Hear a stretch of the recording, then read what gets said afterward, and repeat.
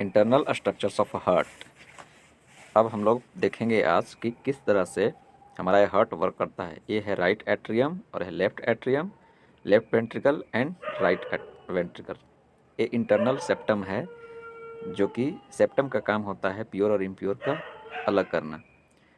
अब देखिए कैसे काम होता है। ये बॉडी से ब्लू वाला कलर में जो ब्लड है वो आ रहा है, और आगे चल के देखिए ये रेड होकर के नीचे जाता है और फिर रेड ऊपर निकलता है और हमारे बॉडी की तरफ जाता है।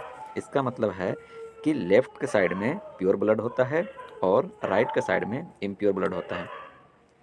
लेफ्ट वाला साइड में जो ब्लड होता है पूरे बॉडी की तरफ जाता है, और बॉडी से जो आने वाला ब्लड होता है वो ब्लू कलर का होता है।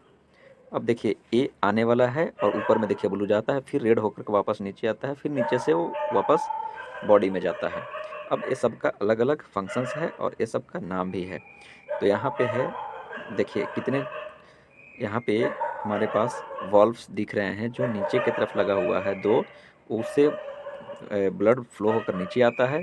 और जो जिसमें वैसा कुछ नहीं लगा हुआ है जाल की तरह, वो हमेशा सक्शन होता है, वो खींचने वाला पाइप होता है, वो खींच करके जैसे पल्मोनरी वाल्व्स लगा हुआ है, ये ब्लड को हमारे पास वो प्योर ब्लड करने के लिए वापस आता है।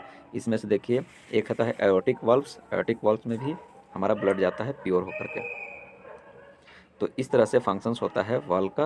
अब हम लोग आगे देखते हैं कि थिनर एट्रियल वॉल्व्स क्या होता है। वहाँ पे बिल्कुल ही थिन होता है वॉल्व, और वहाँ के बाद प्योर ब्लड अंदर हार्ट में आता है और फिर बाहर निकलता है।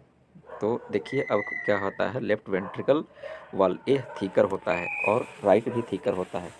और यहाँ क्यों थीकर होता है, क्योंकि नीचे से प्रेशर देना पड़ता है, इसकी वजह से। अब एक सैन होता है, एक एवियन होता है, एसएएन और एवियन। इससे क्या होता है कि एक सिग्नल मिलता है, जो सिग्नल के थ्रू हमारे अंदर क्या होता है कि ब्लड आता है और फिर अपना सर्कुलेशन